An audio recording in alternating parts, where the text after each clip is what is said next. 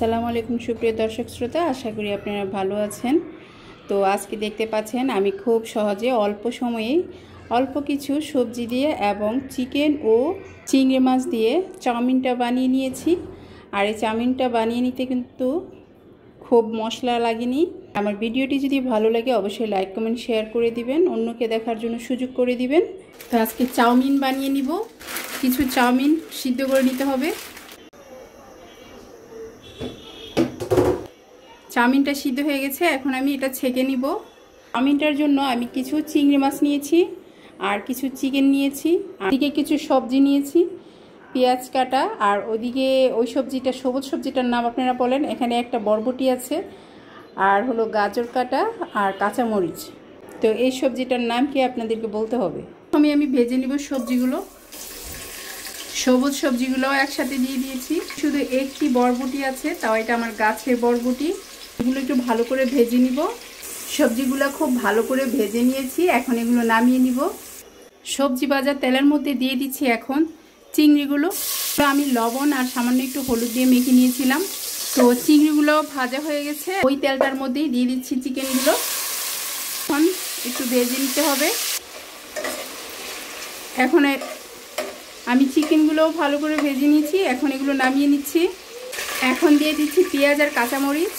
এখন দিয়ে দিচ্ছি চিংড়ি আর সবজি ভাজাগুলো। তারপর দিয়ে দিচ্ছি চিকেনগুলো। ম্যাজিক মশলাটা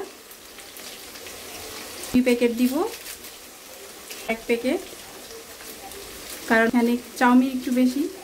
বড় চাউমিন প্যাকেটগুলোর মধ্যে মশলাগুলো থাকে না চাউমিনের, এই জন্য আলাদা করে আমি মশলা নিয়েছি। একটু ভালো করে মিশিয়ে নিতে হবে।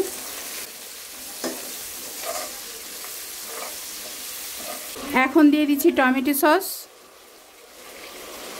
তারপর দিয়ে দিচ্ছি সামান্য করে সয়া সস। সবগুলো ভালো করে মিশিয়ে নিতে হবে।